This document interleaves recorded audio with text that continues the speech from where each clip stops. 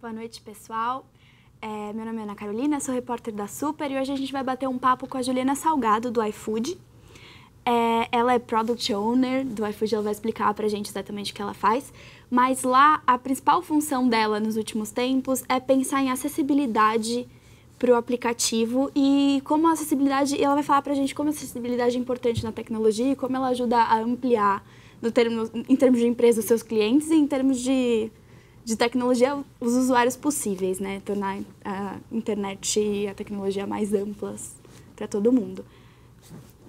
Oi, Ju, pessoal. pode se apresentar. Prazer. Bom, eu sou Juliana Salgado, trabalho no iFood e tenho experiência com acessibilidade faz um tempinho já, que eu tenho um aplicativo nessa área. E é minha paixão, assim, adoro falar sobre isso. É um prazer estar aqui. Obrigada pelo convite. Além de estar batendo papo com a gente hoje, a Ju vai se apresentar, vai fazer uma palestra no Grink Tech Show, que é uma parceria da Super com o Grink, que vai rolar a partir de sexta-feira. Mas ela começou a conversar com a gente hoje para já dar uma palhinha do que vai ser. E a gente vai transmitir também o evento no sábado, a palestra dela no caso, então fiquem ligados. Ju, conta pra gente exatamente o que significa acessibilidade na tecnologia e como que você entrou nesse mundo.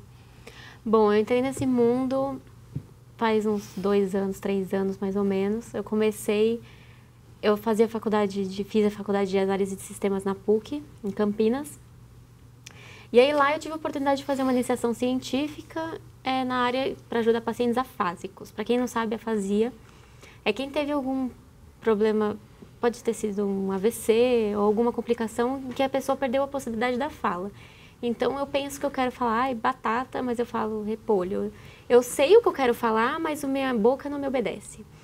E aí eu fiz um projeto nessa área para deixar a pessoa autônoma por pelo menos 1 hora e pouquinho, porque a vida desse tipo de usuário, eles são totalmente dependentes dos cuidadores deles. E aí eu fiz um aplicativo em que o usuário conseguia se comunicar através de uma pranchetinha, automação residencial, mas foi lá que iniciou minha paixão pela acessibilidade. Aí eu fiz um curso, o BPID, que é uma especialização em iOS, e lá eu desenvolvi um aplicativo que se chama Talkative, que é também para esse mesmo público, em que você tem uma prancheta de comunicação para a pessoa poder clicar e fala o que ela clica. E aí a gente teve a experiência de ir no hospital, ver com usuários reais como que como o nosso aplicativo estava impactando. Então a gente foi desenvolvendo ele pensando nos usuários brasileiros, principalmente. Porque acessibilidade é uma coisa que é meio mistificada e se você fala em acessibilidade, pensa, eu vou fazer alguma coisa que vai ser cara. Que vai ser cara, vai ser para pouco público. Pouco público, exato. Quase que um extra, né? Exato. Uma coisa que não faz parte do core. E no caso, o meu aplicativo, esse público exato, sim, tem um monte de aplicativo na loja, mas o problema é que são muito caros, assim, absurdo. O meu maior concorrente custa $300.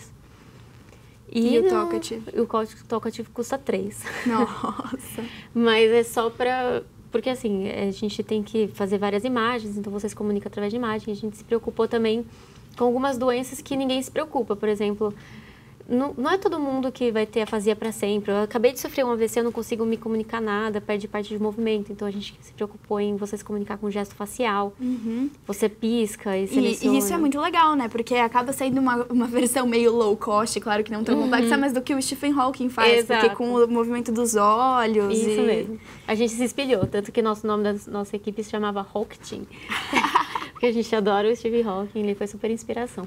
Que legal. E qualquer coisa de tecnologia que você pense em reconhecimento facial custa super caro. Então a gente falou, não, vamos fazer isso de forma acessível, que o objetivo era realmente ajudar esse tipo de pessoa. E assim, no Brasil hoje o que existe é umas pranchetinhas que você compra, você imprime a imagem e grava a sua própria voz para você selecionar. Então, banana, olha, comer. Uhum. E aí a gente fez isso através do aplicativo, funcionando com gesto facial, até com o VoiceOver, que para quem não sabe é o leitor de tela do iPhone, mas pode ser com TalkBack, que é para até se a pessoa é cega, ela conseguir usar. Então a gente quis usar o máximo possível.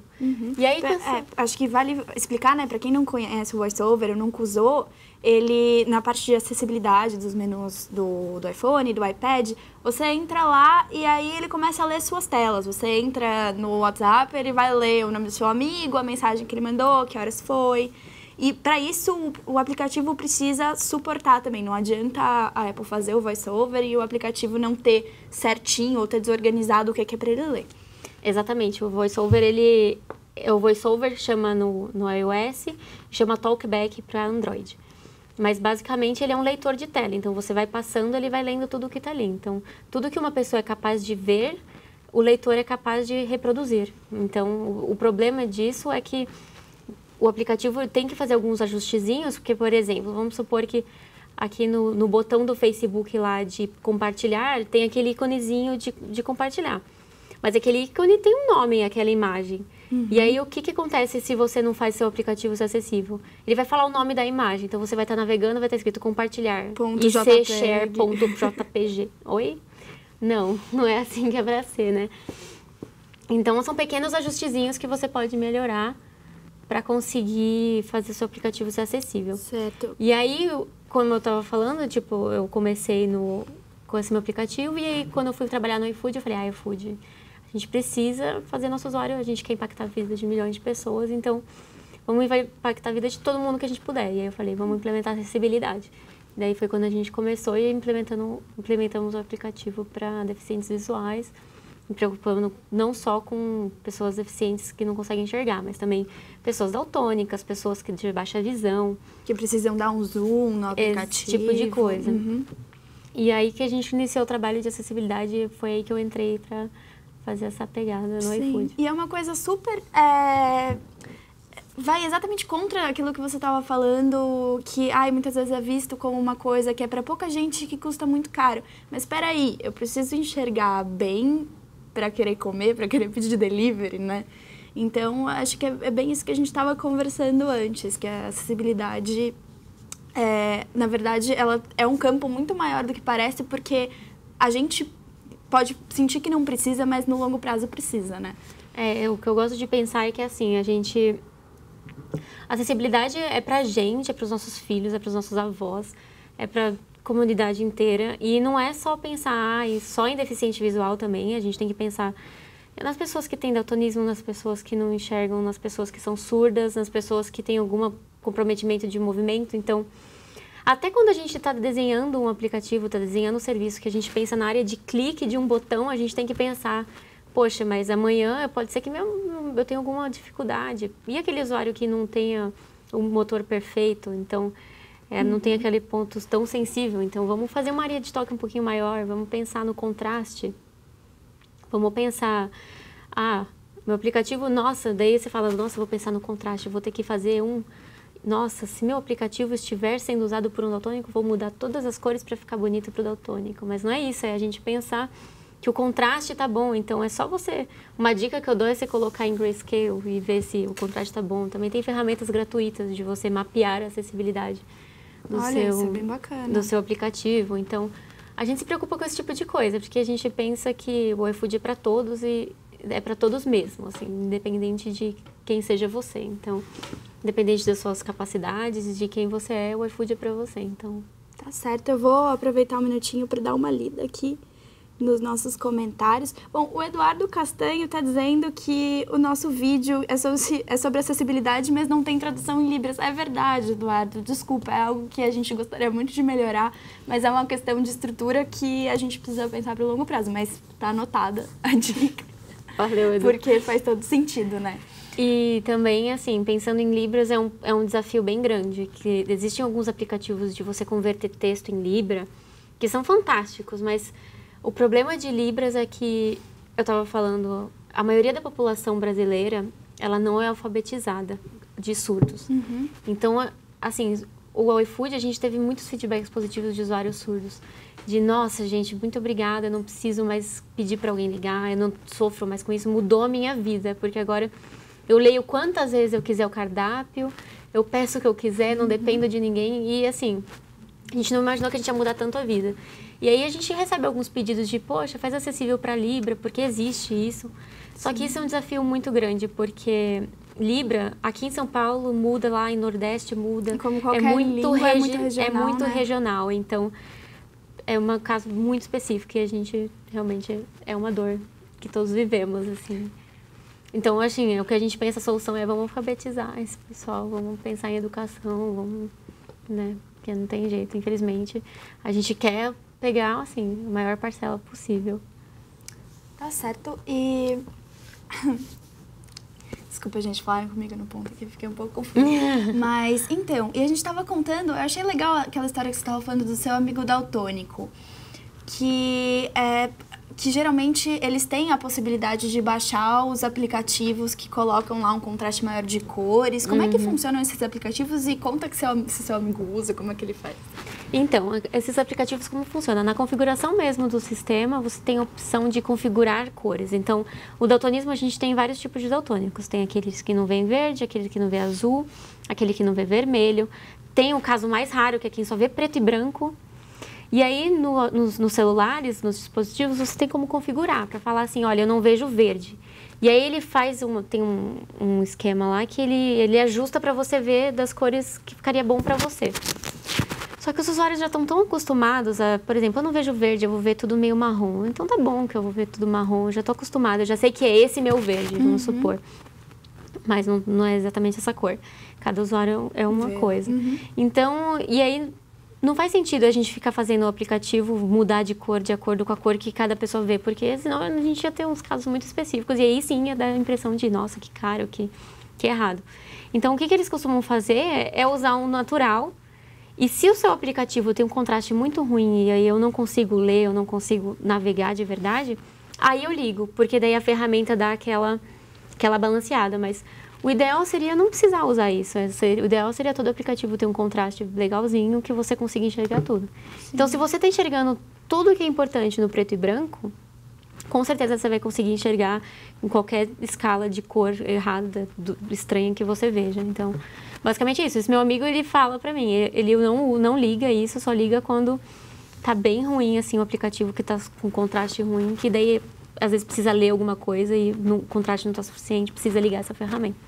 Então, o ideal é a gente deixar o usuário se sentir no estado de calma dele, assim, não precisar fazer ele ficar ligando 1000 coisas para usar seu aplicativo. A gente quer que seja fácil, né? É o que vocês fazem para todo tipo de usuário. Isso. Tem que ser agradável, tem que ser uma coisa que ele faz com facilidade, porque senão a chance dele fazer é menor, né? Eu acho que se você se preocupar em ter um bom produto, a gente já de graça acaba tendo uma boa acessibilidade, os usuários vão confiar no seu trabalho, vão gostar do seu aplicativo, você vai ser uma marca amada.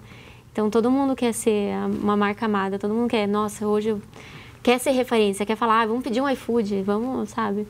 Sim. Então, é com pequenas coisas que a gente também consegue isso, porque a gente está incluindo todos os nossos usuários, a gente recebe feedback dos nossos usuários que usam com o leitor de aplicativo. Se a gente sobe alguma coisa errada, na hora eles já avisam, a gente já arruma, porque a gente quer mostrar que a gente se preocupa. Isso não é só, vamos fazer a marca ser legal, porque a acessibilidade é uma pegada social que importa. É você se preocupar com o seu usuário, é você se preocupar com o produto como um todo. Claro. E estando assim em contato nessa onda de feedback com usuários com deficiência visual e tal, qual que é a experiência geral deles? Eles sentem que a maior parte das coisas que eles acessam realmente se preocupa com a acessibilidade ou é meio tentativa e erro? Não, acho que é mais para tentativa e erro. A maioria dos grandes aplicativos são acessíveis, mas é que a acessibilidade acaba sempre ficando como aquela coisa, olha, vamos fazer tudo primeiro e depois, lá por último, a gente pensa. Só que deveria não, desde o começo, desde a concepção do produto, a gente tem que preocupar, porque como eu te falei, tem área de clique, tem contraste, tem tamanho de fonte. É legal você poder adaptar para você poder mudar o tamanho da fonte, é legal você se preocupar com deficientes visuais. Então, se você fizer do começo, vai ser menos doloroso do que a gente parar e, nossa, calma aí, agora eu vou fazer o iFood ser acessível, então vamos ter que mudar um monte de coisa, vai dar um monte de trabalho. Então, se você já criar um produto e fizer pensando nisso, já meio caminho andado, entendeu? Por exemplo, o Facebook é um excelente exemplo de acessibilidade, assim, é muito bom. Os usuários amam.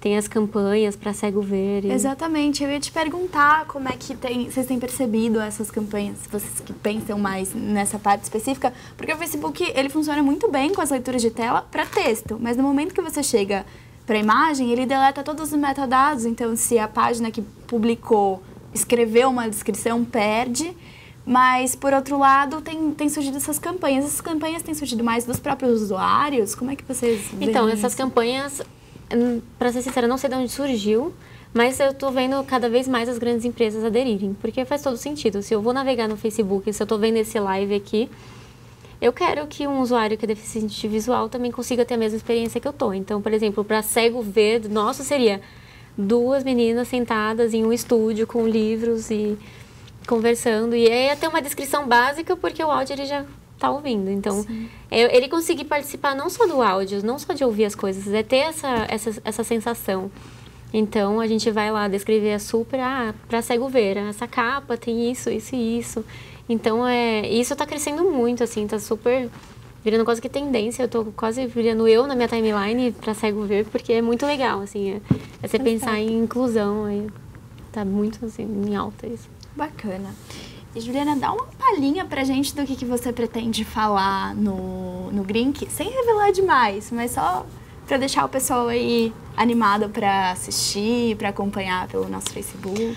Bom, o que eu vou falar lá, eu vou mostrar um pouquinho do mercado de acessibilidade, só para dar uma provocada. Só no Brasil a gente tem 6 milhões de pessoas que têm alguma deficiência visual. Então, assim, parar para pensar que se o seu produto não é acessível, você está excluindo 6 milhões de pessoas. Assim, será que você não quer ter 6 milhões de usuários? Assim, é só para começar a provocar. E aí eu mostro um pouquinho do mercado, mostro o que existe de funcionalidade de acessibilidade, porque não é só deficiência visual, tem deficiências cognitivas e tem ferramentas que ajudam nisso e que você também precisa fazer seu aplicativo ser acessível a elas. E aí eu mostro como que é usar o iFood sem acessibilidade e com acessibilidade. E faço a galera sentir pouquinho, né? De como é, como você vai sentir, assim. Convido todos a assistir, vai ser bem legal. Tá ótimo. Muito obrigada, Juliana. A gente fica por aqui. Acompanhem a apresentação dela no Grink, que vai ser muito legal. E, bom, o evento começa amanhã. A Juliana fala no sábado, que horas? Sábado, 12:30. Tá no ótimo. Horário do almoço. E aí, a ideia é que vocês possam perceber um pouco mais na pele o que é tudo isso que a gente está conversando aqui. E abraçar essa causa com todos nós, com certeza. Tá ótimo, gente. Obrigada.